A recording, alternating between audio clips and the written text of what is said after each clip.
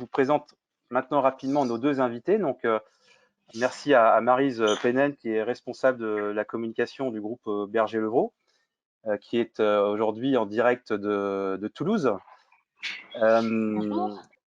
Voilà, donc Maryse, rapidement, dans vos activités, c'est une équipe de communication, c'est combien de personnes au groupe Berger-Levrault?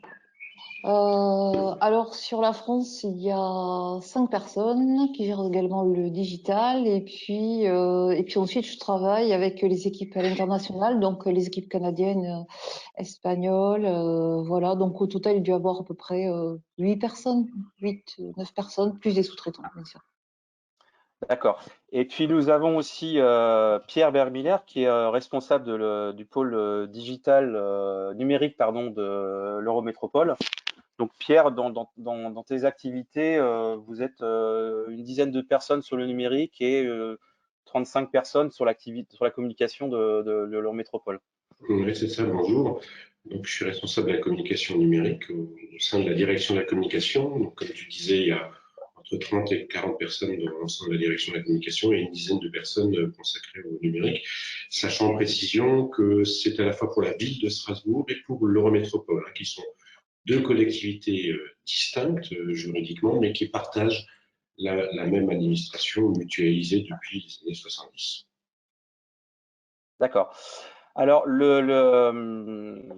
concernant, je reviens sur Berger-Levrault. Donc, Berger-Levrault, c'est une entreprise qui à peu près, qui représente 1800 collaborateurs, un peu plus de 50 000 clients, donc c'est quand même une belle structure. Alors, pour la petite histoire, Berger-Levrault est une entreprise qui a plus de 400 ans. Pourquoi? Parce que en fait, les premières activités de Berger-Levrault ont commencé à Strasbourg, déjà sous Gutenberg, dans les activités de librairie. Et pour ceux qui connaissent, qui ont connu encore la Berger-Levrault, la librairie et Berger-Levrault existait jusqu'en 1993, place Broglie. Donc ça, c'est pour les plus anciens. Aujourd'hui, les activités de Berger-Levrault sont complètement orientées vers le numérique. Donc propose des services de gestion pour les collectivités et les organisations de gestion. Voilà, c'était un petit peu le petit clin d'œil aux Strasbourgeois que nous sommes. Aujourd'hui, le siège de Berger-Levrault était plutôt à Paris et puis Maryse est à Toulouse sur le pôle innovation. Je voulais juste Oui, préciser que Berger-Levrault aussi intervient dans les collectivités, bien entendu, mais également dans le monde de la santé, à la fois public mais également privé, et également au sein des entreprises privées désormais. Donc en fait, on intervient sur plusieurs marchés, et voilà. principalement le marché des collectivités. Donc aujourd'hui, la thématique du jour, c'est comment une entreprise privée, une communication publique adapte leur communication dans cette période de confinement. Alors on est toujours sur le sujet du confinement, on va certainement évoluer nos petits déjeuners à venir, cybercafé à venir, vers le déconfinement. Ça sera peut-être aussi plus intéressant. Mais on est encore dans ce sujet-là. Et on va aborder sur 3 axes, donc plutôt d'abord sur la communication externe. Alors, Maryse, adapter sa communication pour une entreprise comme Berger-Levrault, ça consiste en quoi? Dans cette période de confinement, il a fallu veiller à garder le lien avec l'ensemble de nos clients, qu'ils soient à la fois utilisateurs mais également décideurs, et ce sur l'ensemble de nos marchés. Donc, on a vraiment intensifié la communication pour vraiment garder ce lien. Également essayer de communiquer en parfaite transparence avec nos clients, les tenir informés de l'évolution de la situation également en ce qui nous concernait. Dans un premier temps, également les rassurer sur la continuité de service. Et au fur et à mesure des semaines qui passent aussi, c'est leur montrer comment, dans un élan de solidarité, Berger-Levrault a su adapter et mettre en place plein de choses pour leur venir en aide et être au plus proche de leurs préoccupations actuelles. Alors un exemple peut-être, Maryse, ce que vous avez fait, Oui, oui? alors je peux juste donner alors les exemples ne manquent pas, et je peux vous Ouais. dire que la créativité des collaborateurs en relation avec les clients a été assez productive. D'abord, dans le domaine de la santé, vous savez, on a des logiciels de gestion des urgences avec justement un pôle de développement qui est sur Strasbourg. Et tout de suite, on a adapté le logiciel de gestion des urgences par rapport à la problématique Covid, puisqu'il faut des files d'attente particulières, etc., etc.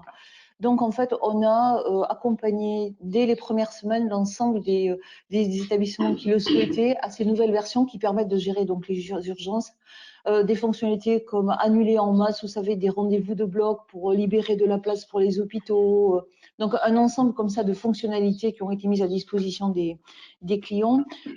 Également, un numéro spécial Covid pour la gestion de la crise, pour aussi, au niveau numérique, leur venir en aide. Pour les maisons de retraite qui souffrent, on parle d'isolement des seniors hein, qui sont en confinement dans leur chambre depuis maintenant 10 semaines.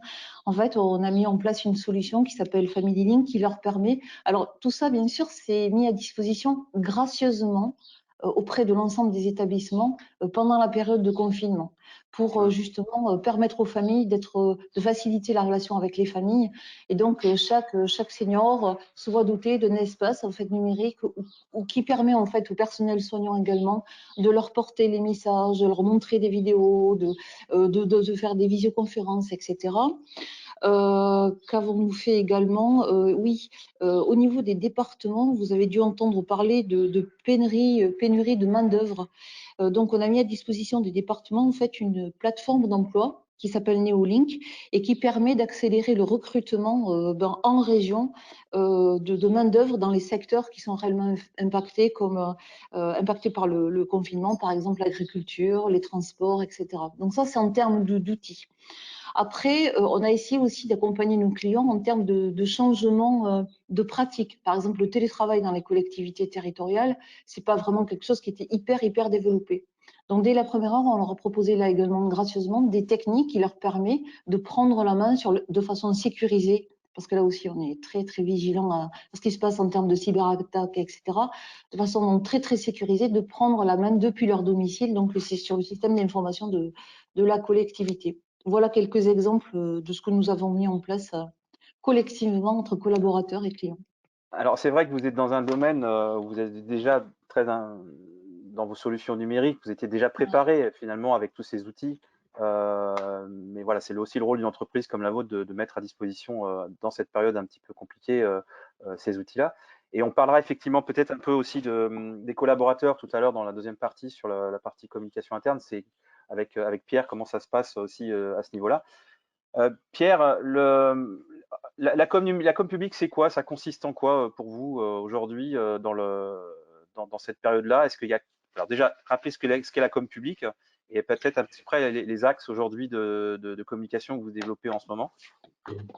Déjà, on a un principe dans la com publique. Le principe, c'est de dire la communication publique, c'est un service public. Beaucoup de gens pensent que la communication publique, c'est de la propagande, c'est de la communication politique. Non, c'est d'abord un service public, puisqu'il s'agit d'accompagner, d'informer les usagers en temps normal, de toute façon, sur tous les services auxquels ils ont accès. Et la com publique, c'est aussi communiquer sur ce que fait la collectivité. C'est aussi une communication institutionnelle. Je crois que les électeurs ont le droit de savoir ce qu'on fait de leurs impôts et ce que font leurs élus.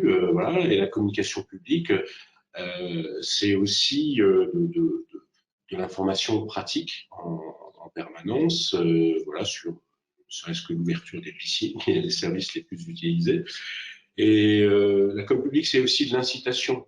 C'est à un moment donné de la pédagogie. C'est à un moment donné, il s'agit aussi par exemple, sur les gestes environnementaux, d'emmener les gens vers des gestes plus responsables. Donc voilà, la communication publique, il y a pas mal de thématiques qui sont résumées dans ces 3 missions hein, de cette diapositive qui est créée par le réseau Capcom.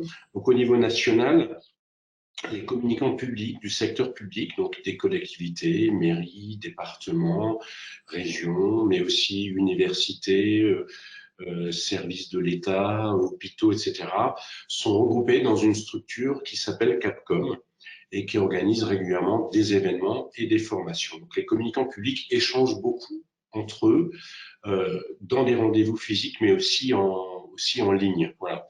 Et la communication publique, on trouve qu'elle a tout son sens en ce moment parce que c'est quelque chose qui ressort de manière très forte chez nous, c'est l'attachement au service public. Donc, on se sent aussi quelque part investi d'une mission de service public, et encore plus en ce moment, puisqu'il y a des gens qui sont en situation de difficulté, de fragilité, et un certain nombre de services, notamment la collecte des déchets, hein, doit continuer. Hein, un certain nombre de services doivent continuer. D'où l'importance de la communication publique en ce moment. Donc, comment ça se traduit concrètement? Vous avez fait quoi par rapport à cette communication plus d'information ou de service? Alors, il y a déjà une cellule de crise qui se réunit chaque jour ici. Moi, je suis basé au centre administratif. Une cellule de crise avec la direction générale, le maire, le président de l'Eurométropole, le premier agent qui se réunissent chaque jour et qui prennent un certain nombre de décisions et me sollicitent pour faire passer la communication dans le numérique, puisque les autres médias, les médias ne fonctionnent moins bien. Bon, la presse fonctionne toujours, il y a toujours des communiqués de presse, mais on ne peut plus faire d'affichage. On fait beaucoup moins d'accueil, uniquement pour les personnes qui sont dans vraiment des situations difficiles. Donc voilà, la communication est complètement reportée sur le numérique, et on a été amené à investir davantage notre site web, strasbourg.eu, avec un certain nombre d'actualités, d'informations sur plein de thématiques, investir beaucoup plus les réseaux sociaux. Donc, exemple, la page Facebook, et là vous voyez les stories qu'on fait sur notamment Instagram, mais la page Facebook de la collectivité, par exemple, elle est très très sollicitée. Tout le monde veut faire passer des informations. Et notre community manager doit jouer voilà, de manière très fine pour pouvoir passer le maximum d'informations, puisqu'on sait aujourd'hui que sur une page comme Facebook, on peut publier 3 ou 4 posts par jour, pas plus, sinon le reach est fortement pénalisé. Voilà. Et on a aussi créé un petit hub, donc c'est-à-dire une petite page d'accueil, voilà, qui permet un accès rapide à un certain nombre de services essentiels. Et ces actualités, ce sont des actualités qui sont mises à jour au quotidien, qui permettent d'avoir un certain nombre d'informations rapides concernant la situation. Donc ça, c'est une page à l'adresse covid.strasbourg.eu qui permet à tout un chacun d'avoir des accès rapides aux informations essentielles qui figurent de toute façon sur notre site web. Mais comme le site web est un site très lourd, hein, nous avons, je pense, 2000, 3000 pages sur le site web, on peut très vite s'y perdre. On a fait ça pour simplifier la démarche des gens. Voilà, donc voilà, on a mis en place un certain nombre de dispositifs pour communiquer davantage, mieux, et surtout du service pratique. Alors, je fais une petite parenthèse. Si vous avez des questions, puisqu'on a pas mal de participants qui sont connectés, n'hésitez pas à poser vos questions avec l'onglet du chat. Si vous avez des questions à Pierre ou Maryse sur les différents sujets. Je vais en profiter, Pierre, pour montrer aussi une petite vidéo que vous avez fait, un message Covid Eurométropole, voilà, qui est un exemple de communication que vous avez mis en place. Voilà, qui est sans son, donc j'ai réallumé mon micro parce que les micros se coupent automatiquement, mais éventuellement tu peux commenter si tu le souhaites. Alors tu rallumes ton micro, Pierre. Voilà. Et voilà. En fait, on a décidé de faire des petits films. Donc, vous voyez que c'est un format carré pour les réseaux sociaux, pour redécliner toute la communication gouvernementale sur un certain nombre d'éléments. Voilà. Donc, on décline plein de petites vidéos. C'est un exemple d'une vidéo. On en sort pratiquement deux chaque semaine. J'ai la chance d'avoir dans l'équipe une personne qui sait tourner, monter, faire du motion design, et il nous produit ces petites vidéos un peu presque débottées. Voilà. Oui, parce que pour vous, j'imagine en plus que cette période-là, c'est un peu un surcroît d'activité pour le coup. Alors oui, absolument. L'équipe numérique qui est gérée à distance, donc ils sont tous chez eux, cette dizaine de collaborateurs. On travaille essentiellement avec l'outil Slack, et puis de temps en temps la visioconférence ou les conférences téléphoniques. Donc eux, ils sont très actifs, et pendant les 4 premières semaines, l'activité a été plus dense que d'habitude. Elle l'est déjà suffisamment, mais là, elle a encore été plus dense. Mais bon, on a réussi assez bien à gérer tout ça au mieux dans un contexte qui est pas simple, puisque on est dans une grosse organisation avec 7000 collaborateurs dans la collectivité. On dit toujours il y a 250 métiers différents, hein, entre les gens qui sont gardiens de musée, les gens qui qui vident vos poubelles, les gens qui travaillent à la direction de la communication, qui accueillent le public dans les mairies de quartier. Voilà, il y a tellement de métiers. Donc, à un moment donné, ça fait beaucoup d'activités à gérer. Le numérique est très sollicité en ce moment. Alors, il est possible que les participants n'aient pas vu la vidéo, parce que j'ai un message, je vais la remontrer, puisqu'elle était assez courte finalement. Je pense que vous faudra aussi réactiver vos micros de nouveau. Enfin, Pierre, tu avais vu la vidéo, je pense que il y a peut-être des participants, il faut regarder dans votre interface, peut-être, il y a peut-être dans le fenêtrage, si vous voyez pas la vidéo, une manière d'activer le fenêtrage, mais je pense qu'on l'avait vu. Maryse, une question sur alors la communication, vous travaillez aussi à l'international. Est-ce qu'il y a des différences pour vous aujourd'hui dans la communication? Alors, vous développez vos activités en Espagne, je crois. Alors en Espagne, on sait qu'ils sont très touchés actuellement, mais au Canada, par exemple, aussi. Est-ce que la communication est diffère dans cette période de crise? Vous pouvez allumer votre micro, Maryse, aussi. Il est désactivé, pardon. Oui, donc en fait, d'abord, dans cette période-là, et pour faire un parallèle à ce que disait Pierre, on a instauré, dès qu'on a entendu parler de la pandémie, on a instauré effectivement chez nous aussi une cellule de crise qui permet en fait une parfaite communication entre les différents métiers de l'entreprise. Cellule de crise dont je fais partie, et qui permet aussi de coordonner toutes les opérations de communication interne et externe. C'est-à-dire qu'en fait, ça me paraît très très important. Parce qu'en fait, tout ce que l'on fait auprès de nos clients, les collaborateurs aussi en sont d'abord informés pour être aussi les parfaits relais de ce que l'on déploie et de ce que l'on met en œuvre. Au niveau de la com, alors bien sûr, les contextes sont différents selon les pays. Par exemple, le Canada est passé en mode confinement beaucoup plus tardivement que nous en Europe. Ceci étant, la préoccupation, les problématiques de continuité de service, d'être au plus près des besoins et des attentes des clients, etc., ce sont des choses qui sont quelque part universelles. Donc, Ouais. en fait, on travaille en parfaite collaboration et coordination aussi avec les cellules de crise, Espagne, Canada, etc. Et globalement, je dirais qu'on se nourrit les uns les autres d'expérience. Et moi, je constate aussi que cette période est assez permet ou favorise pas mal la créativité en termes et permet également de pas mal innover en termes de communication parce que finalement, chez Berger Levrault, on télétravaille depuis 2012. Donc le télétravail pour nous, l'ensemble des équipes et l'ensemble des métiers de Berger Levrault, c'est pas une nouveauté. N'empêche que le confinement nous a permis aussi peut-être de sortir un peu plus de nos zones de confort et de proposer ou de tenter des choses qu'on n'avait pas osé jusque-là. Comme vous dites, Pierre, en fait, on s'est essayé à faire des petites vidéos en se dotant nous-mêmes de plateformes et on réalise des choses qu'on n'avait pas forcément osé faire jusque-là.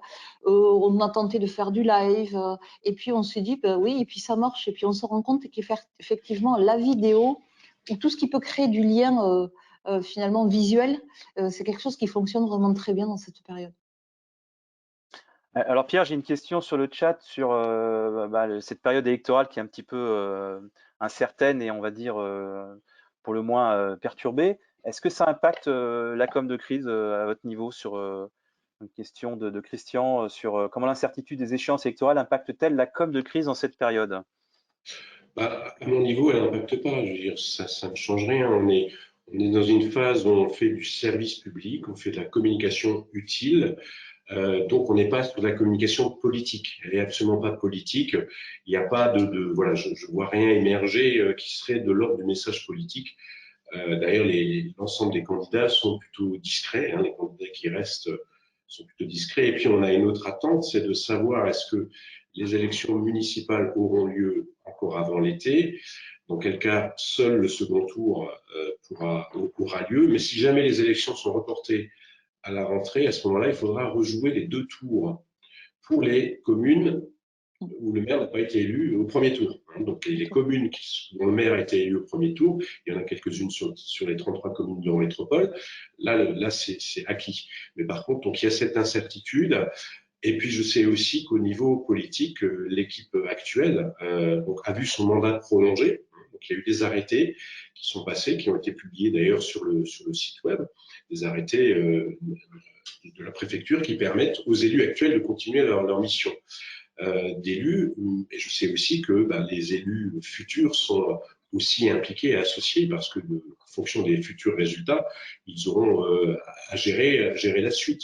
Voilà, donc il y a aussi, je dirais plutôt un échange constructif entre les différentes forces politiques en présente, mais bon, je ne suis pas habilité sur cette question-là à aller davantage, voilà.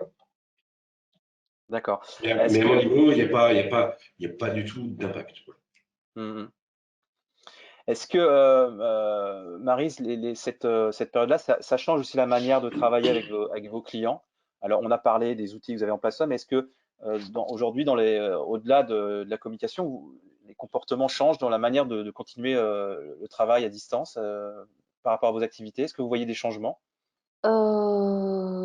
Alors, on a essayé vraiment d'adapter au mieux, je dirais les équipes front office en fonction des charges d'activité, parce qu'en fait, dans les premières semaines, il y avait énormément de sollicitations, et puis ensuite on est passé plutôt dans une phase de service minimum proposé aux citoyens. Par contre, on a vu effectivement une montée des sollicitations numériques. Donc, nous, à ce moment-là, on a été aussi à nouveau pas mal sollicités. Moi, ce que j'ai envie de dire, c'est que je sens quand même une grande confiance en fait entre utilisateurs ou même élus et nous, en fait, fournisseurs, éditeurs de logiciels, parce qu'on est vraiment dans une relation d'interdépendance et je crois que là, en termes d'accompagnement, on a vraiment essayé de se mettre au service de nos clients, de voir comment on pouvait essayer de les accompagner au mieux, comment on pouvait innover à leur côté, parce que souvent aussi, il y a des propositions qui sont faites par nos clients qu'on essaye de mettre en œuvre.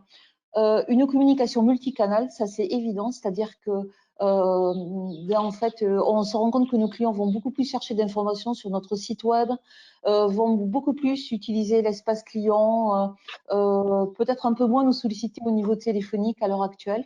Donc plus aller chercher de l'information ou des sollicitations plus côté numérique, effectivement. Oui, on en parlera un petit peu après. C'est effectivement sur Ouais. aussi les nouveaux usages, les nouveaux comportements par rapport à ce qui se passe actuellement. On va parler un petit peu de com interne, si vous voulez bien. Sur la partie interne, alors qu'est-ce que ça a changé aussi dans votre manière de travailler, puisque alors Pierre, en interne, vous avez toujours ce petit portail aussi interne où vous faites pas mal de communication. Qu'est-ce que tu peux nous dire sur la manière de travailler maintenant et de communiquer en interne par rapport au télétravail, Alors, par exemple? ouais. Alors bon, alors, il y a un responsable de la communication interne, hein, un collègue voilà, qui travaille chez lui. Alors, l'équipe de communication interne est assez réduite, c'est 2 personnes seulement et une autre personne qui est en stage avec eux. Et ils travaillent tous les 3 depuis chez eux actuellement pour alimenter l'intranet. Donc, l'intranet est rendu accessible aux personnes qui télétravaillent. Pour faire le point rapidement sur le télétravail, c'est pas forcément mon ressort, mais j'ai glané quelques informations. Le service informatique s'est mobilisé pour que la charge qui peut être soutenue par notre structure réseau puisse aller jusqu'à 4000 télétravailleurs. Et Oui, ils parce disent qu'il faut qu'ils rappeler ont que l'Eurométropole, il y a quoi, 7000 agents sur le… Oui, il y a 7000 agents. L'Eurométropole, alors, tout ne télétravaille pas. Que ce soit un agent Hmm. des déchets ou un Oui, agent d'accueil dans un musée ne peut pas télétravailler, bien sûr. euh, bien sûr. Mais il y a donc, paraît-il, il y a eu des pointes à 3000 personnes connectées sur le réseau, les bureaux à distance. Donc, ça veut dire qu'il y a pas mal de gens qui se sont mobilisés en termes de télétravail et le service informatique fait les efforts nécessaires. C'était une de ses premières missions d'augmenter cette capacité et surtout de faciliter l'accès distant, puisque pour l'accès distant, bon, il y a des systèmes de sécurité qui sont assez importants. Ils les ont simplifiés temporairement pour augmenter les accès distants au bureau des collaborateurs. Donc ça, c'est quelque chose qui a été enfin même très bien géré, je veux dire clairement par le service informatique. Et l'équipe de com interne continue d'alimenter l'intranet sur des infos, comme vous voyez, qui sont essentiellement, effectivement, consacrées au coronavirus et qui continuent à faire le lien avec l'ensemble des collaborateurs. Et le directeur général des services je reçois à peu près 2 fois par semaine un message de la direction générale des services qui fait le point avec l'ensemble des collaborateurs, où est-ce qu'on est, qu'est-ce qui se passe, comment ça va se passer, les congés, les consignes de sécurité, etc., etc. Donc voilà, le lien est maintenu à distance. Et là aussi, l'équipe de com interne, je ne peux pas forcément parler à leur place, mais je sais qu'ils investissent aussi, voilà, ils inventent. C'est comme disait Maryse, voilà, les gens dans cette situation finalement Créatif. sont créatifs parce qu'en fait, finalement, ils trouvent une certaine autonomie. Ils n'ont pas leur chef sur le dos, donc ils sont obligés de se débrouiller. Peut-être ça libère des énergies, des idées, et ça va être peut-être plein d'enseignements. Et je pense que c'est comparable à ce qui se passe chez Berger. Alors, on parle beaucoup dans les conférences en ce moment, on parle beaucoup des outils, il y a beaucoup d'informations sur les outils. Alors toi, à ton niveau, avec ton équipe, vous travaillez quel type d'outils pour continuer, pour gérer les projets? Peut-être que des outils que tu utilisais déjà avant, peut-être, ou est-ce qu'il En y a des fait, choses qui sont nouvelles? ouais, en fait, on a, on a des outils collaboratifs qui ont été mis en place au niveau de la collectivité. Donc, on a de l'outil SharePoint. Alors, le petit nom de code chez nous, ça s'appelle le ShareCan, pour faire référence au livre de la jungle. Mais c'est de la technologie SharePoint qui nous permet de partager des documents et des plannings. Et sur l'intranet visuel, on voit le petit bouton ShareCan ici. Les collaborateurs, mes collaborateurs de mon équipe, je leur avais demandé, avant même le confinement, je leur ai dit, préparez-vous à vous retrouver en télétravail obligatoire, parce que je vous demanderai de vous organiser dès maintenant. Donc, faites-le rapidement. Veillez à ce que vous ayez un ordinateur. Si vous n'en avez pas, essayez d'en trouver un, parce qu'on en a ici 2-3 dans le service. Emmenez-le chez vous, etc. Préparez-vous à tout ça, parce que probablement la semaine prochaine, et c'est arrivé, on sera en télétravail. Et là, ils se sont organisés tout seuls, et l'un d'entre eux a pris l'initiative de se mettre sur Slack, qui est devenu un outil classique. Et ils se sont tous organisés autour de Slack. J'ai même pas eu besoin de leur demander. Ils ont automatiquement, entre eux, ouvert un compte Slack, créé des chaînes, voilà. Et ça tombe bien puisque c'est un outil que je comptais investir dans la future organisation. Donc la future organisation que j'essaie de mettre en place, finalement, elle a été précipitée par ce contexte. Donc on fonctionne essentiellement comme ça. Ensuite, moi, je fais pas mal de conférences téléphoniques, c'est-à-dire j'appelle sur mon téléphone 2-3 personnes, voire 4 personnes en même temps.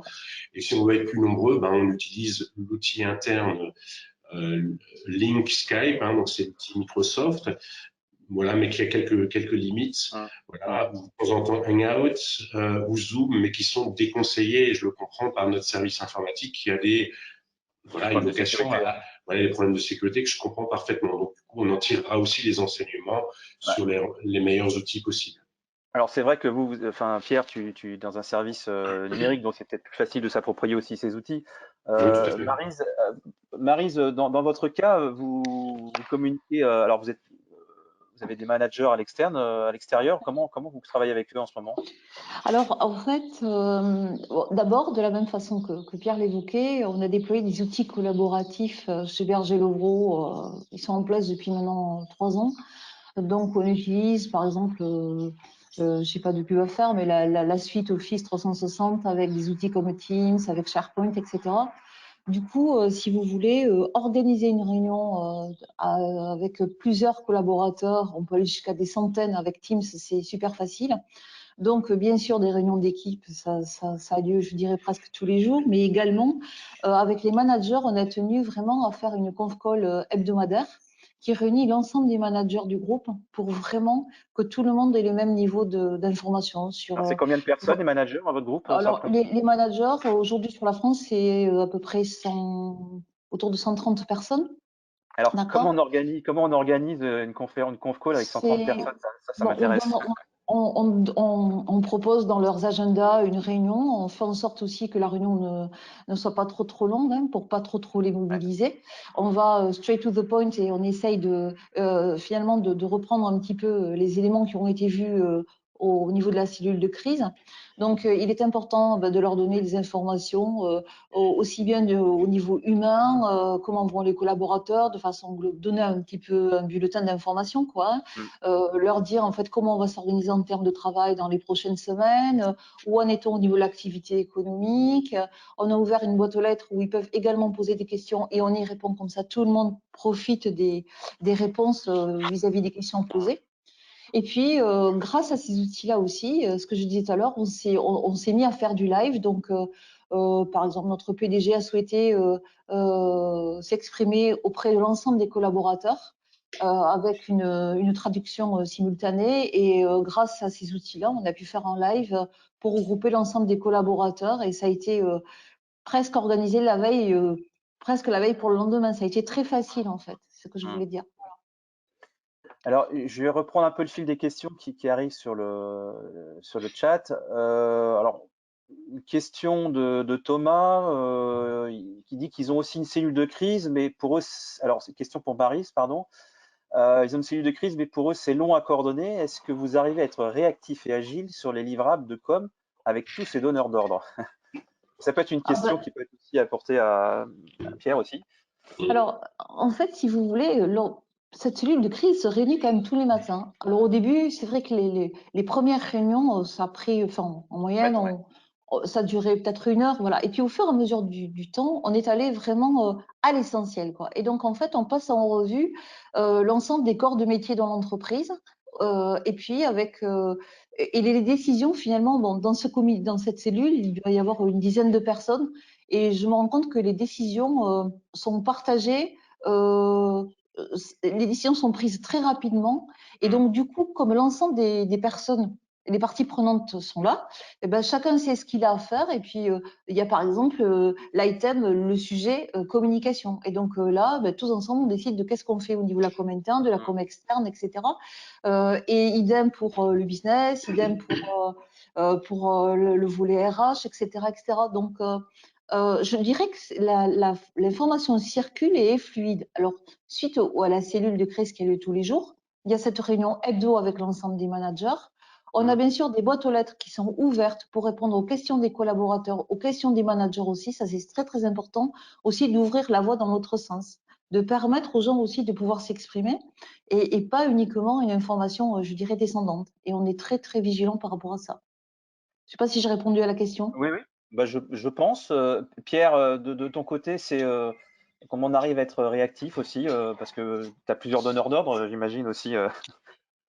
Ben, il y a deux aspects dans la situation qu'on vit actuellement. Il y a l'aspect urgence, sécurité sanitaire, etc., qui est lié vraiment à la cellule de crise direction générale élue, dans laquelle participe mon supérieur direct, le directeur de la communication Jean-François Lannec'h.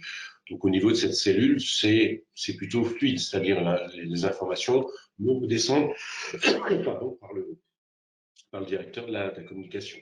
L'aspect qui est un peu plus compliqué, c'est que dans ce contexte, les gens qui télétravaillent, qui sont chez eux, au sport, à la culture ou au social, prennent des initiatives. Et là, par contre, c'est un peu plus désordonné.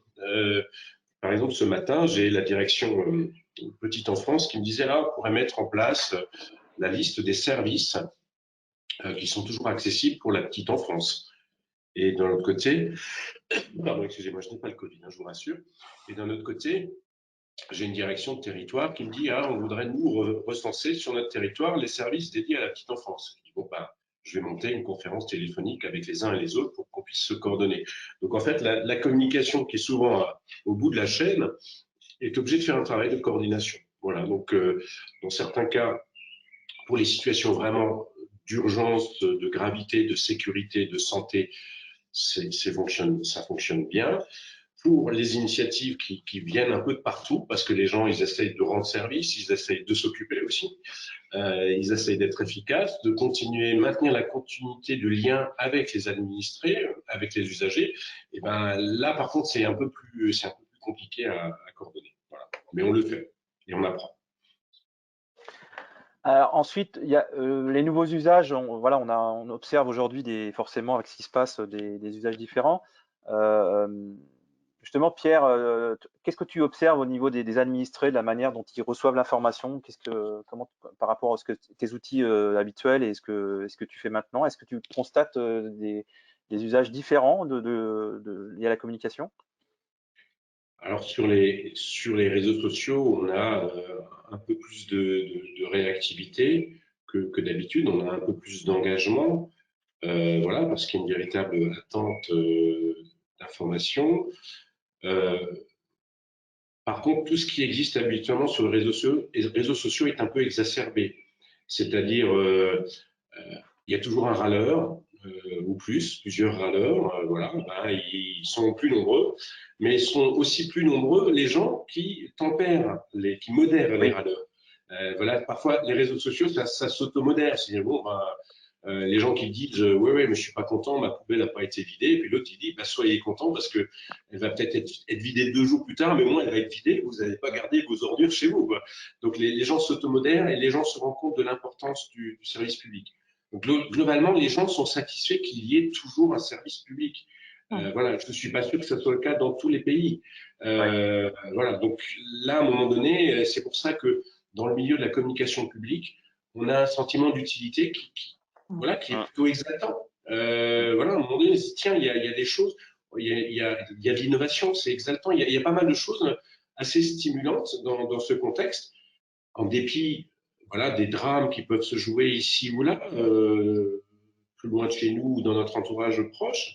Il y a quand même on reste concentré sur notre travail, sur nos missions de service public, et je crois que le public s'en rend compte et nous le témoigne.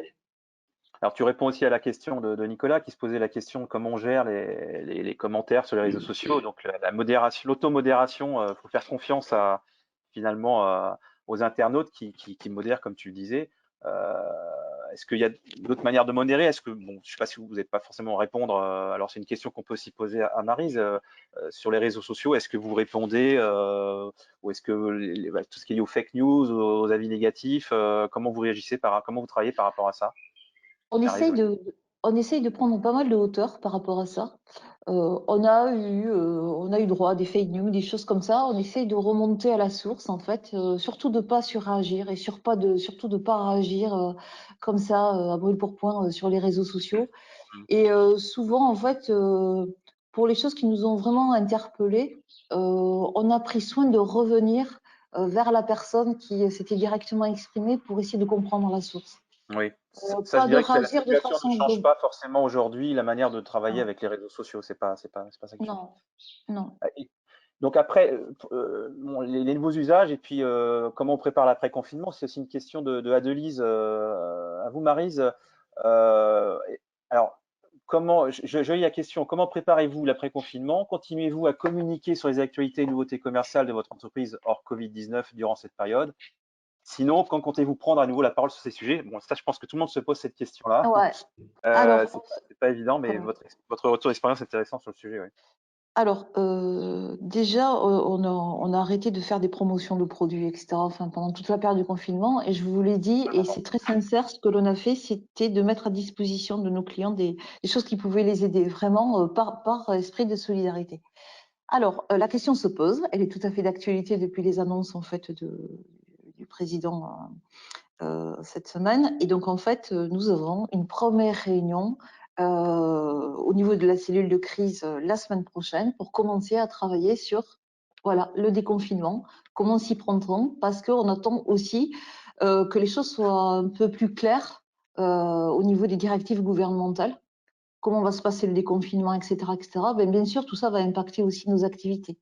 Mm. Euh, voilà. Et puis on réfléchit aussi, je crois qu'on a vraiment travaillé en bon esprit de partenariat, je dirais, avec nos clients pendant cette période de confinement. On y travaille toujours.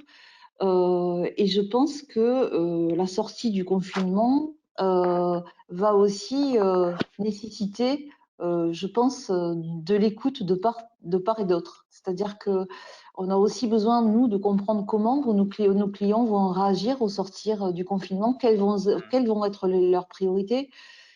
Est-ce que le numérique va rester une priorité pour eux? est-ce que le numérique va permettre finalement, et ils l'auront expérimenté pendant la période de confinement, de peut-être d'alléger certaines choses ou certaines tâches au travers justement du numérique pour se libérer et gagner du temps sur d'autres charges. C'est tout ça qu'il faut qu'on apprécie avec eux. Voilà. Donc on se met à travailler sur le sujet dès la semaine prochaine avec la cellule de crise. De toute Et je ne façon, sais pas ce qui va en sortir. oui, ce qui est sûr, c'est que le rapport au numérique va changer. Pierre, tu m'en parlais l'autre jour. Aujourd'hui, on se rend compte que dans les collectivités peut-être de plus petite taille, on traitait ça d'une manière plus légère, et aujourd'hui, c'est hyper stratégique. Donc, Oui. comment ça va vraisemblablement, après, il va y avoir des comportements qui vont évoluer. Ça répond aussi, j'en profite pour te faire part de la question de Christian, qui dit est-ce que ça peut envisager. Voilà, la question, c'est comment une communication actuelle tout digitale va-t-elle modifier ou pas tes usages et tes investissements post-crise? Alors, je pense qu'au niveau des collectivités que tu représentes, il y a déjà beaucoup de choses qui sont faites, mais pour les plus petites collectivités, c'est un peu différent. Alors, c'est vrai qu'on a un groupe d'échange sur Facebook des différentes collectivités, secteur public français pour échanger des tuyaux. Ça sert aussi un petit peu de thérapie de groupe d'ailleurs, parce que là, les gens parlent, ouais, moi j'ai eu tel commentaire ou j'ai eu telle commande d'élu, etc. Qu'est-ce que je fais? Voilà. Donc, on se soutient moralement les uns les autres. Hein. C'est un groupe, je crois qu'il y a 500-600 personnes dans ce groupe Facebook. Et là, beaucoup disaient, ah, bah, chez nous, on a du mal à mettre en place le télétravail. Chez nous, on l'avait déjà activé depuis quelques années. Hein. Il y avait, je crois, il y a plus de 500 télétravailleurs réguliers dans l'organisation. Donc, ce qui pourrait changer éventuellement par rapport au télétravail lui-même, c'est qu'on pourrait peut-être avoir plus de souplesse pour la mise en œuvre du télétravail, parce que là, on a été obligé de le faire.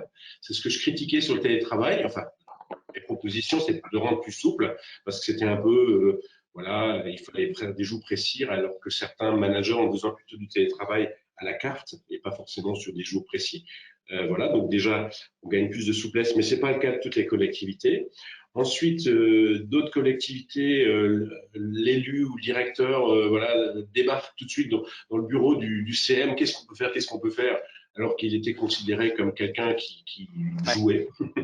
Voilà, donc c'était ce phénomène qui peut exister dans des collectivités plus modestes. Dans les grosses collectivités bien organisées, bien structurées, outillées comme la nôtre, il y a moins de soucis.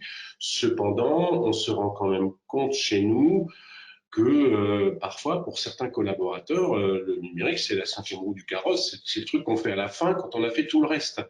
Et moi, je me bats depuis des années. Enfin, je fais de la pédagogie, pas avec mes points, mais je fais de la pédagogie depuis des années pour dire incluez-nous dès le début dans la réflexion stratégique. Voilà, parce qu'on a peut-être des choses à apporter plus utiles au début qu'à la fin. Donc ça, je pense que ça peut changer chez nous cette prise de conscience d'inclure le numérique au début et aussi de voir que le numérique, c'est pas magique non plus. C'est à un moment donné, les gens qui font des relations presse ont un métier, ont des fonctions. Les gens qui font des campagnes de communication ont un métier, des fonctions, etc., etc. Donc voilà, il y a peut-être des choses qui vont peut-être évoluer sur ce plan-là. Moi, je peux, pour rebondir sur ce que dit Pierre, en fait, moi, je peux constater que cette période cette cellule de crise nous aura aussi appris que plus on implique la communication en amont, et plus finalement, on se rend compte qu'on peut être efficace tous ensemble, quoi. Parce que, comme on disait, lorsqu'on est voilà, on arrive complètement à la fin de la chaîne, il y a des fois des choses qui ne sont pas anticipées, et le fait de nous associer en amont, c'est vraiment, je pense, bénéfique pour tous. Et puis aussi, par rapport à ce que vous disiez, Pierre, lorsque les premières semaines, je crois en 15 jours, lorsqu'on a proposé des dispositifs de télétravail pour les collectivités, je pense qu'en 15 jours, on a à peu près eu 500 sollicitations de 500 collectivités qui souhaitaient mettre en place un dispositif de télétravail qui n'existait pas jusque-là. Et c'était plutôt à ce moment-là des petites collectivités. Donc il y a des choses, il y a des signes, il y a des choses qui sont en train de changer. Absolument, oui, tout à fait. Je voulais une précision encore. Alors, j'entends que chez Berger-Lebros, on prépare déjà la suite en termes stratégiques, commercial, marketing, etc. Ce qui est logique. Chez nous, ça va être compliqué puisqu'on ne sait pas quelle gouvernance nous aurons pour la suite. puisqu'on attend les élections. On ne sait pas quand elles auront lieu. Et même une fois que les élections municipales seront passées, il faudra voir le résultat des élections municipales dans l'ensemble des 33 communes pour voir quelles forces politiques présideront les manettes de leur métropole. Et il faut aussi voir que beaucoup de décisions de la vie courante des gens sur ce territoire se prennent au niveau de l'Eurométropole et pas uniquement de la commune. Beaucoup de gens sont focalisés au niveau des élections communales, mais le résultat des élections communales au niveau de l'Eurométropole ont également de l'importance sur les stratégies économiques, sur les stratégies en termes d'environnement, sur les stratégies en termes de gestion des déchets, de transport public, etc. Ce sont des compétences eurométropolitaines. Donc voilà, donc nous on est donc nous préparer la suite, on a déjà besoin de savoir quelles seront les équipes aux manettes des deux collectivités par la suite. Alors, je ne sais pas s'il y a encore des questions. Je pense que c'est le moment de partager éventuellement vos questions si vous le souhaitez. Là, je regarde un petit peu, je pense que j'ai fait un peu le tour des questions. Voilà, on a répondu à ça c'est bon. J'ai pas montré la petite vidéo que je peux montrer en attendant que vous aviez fait chez Berger-Levrault en interne. Je vais essayer de la partager maintenant. Voilà. Petit message.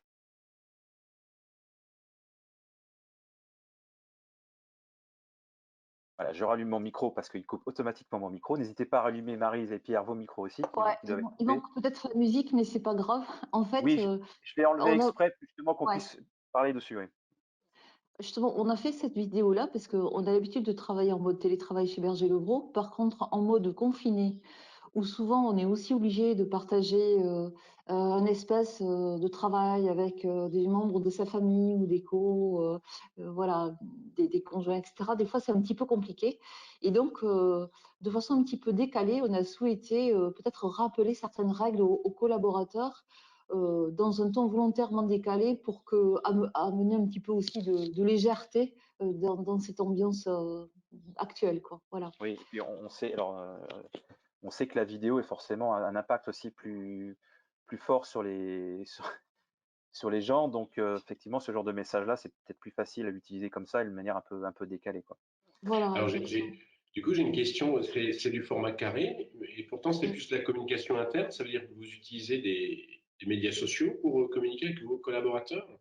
Alors en fait, oui, avec nos collaborateurs, en fait, on a installé depuis maintenant 4 ans, 5 ans, un réseau social d'entreprise. En fait, c'est Facebook at Work, Workplace, quoi. Et du coup, ça nous permet également de poster des éléments comme ça. Ouais. Voilà. D'accord, ok. Voilà. C'est marrant parce qu'il y a un certain nombre de principes. Dans mon équipe, on a instauré un petit rituel. C'est que on fait pas forcément toutes les réunions d'équipe en visio complète. On met juste la visio au début pour se faire un petit coucou, pour voir la tête qu'on a. Est-ce qu'on est habillé, est-ce qu'on est en pyjama? Et ensuite, on coupe la visio. Parce que voilà, à un moment donné, il y a aussi les questions du débit, du réseau, etc. Ça peut poser des problèmes. Donc, du coup, on fait pas tout en visio. On essaie d'avoir le début et la fin en visio pour quand même avoir la relation humaine qui reste. Et c'est ce qui est exprimé dans la petite vidéo qu'on a vue. Très bien, bah écoutez, je vous remercie pour toutes ces interventions.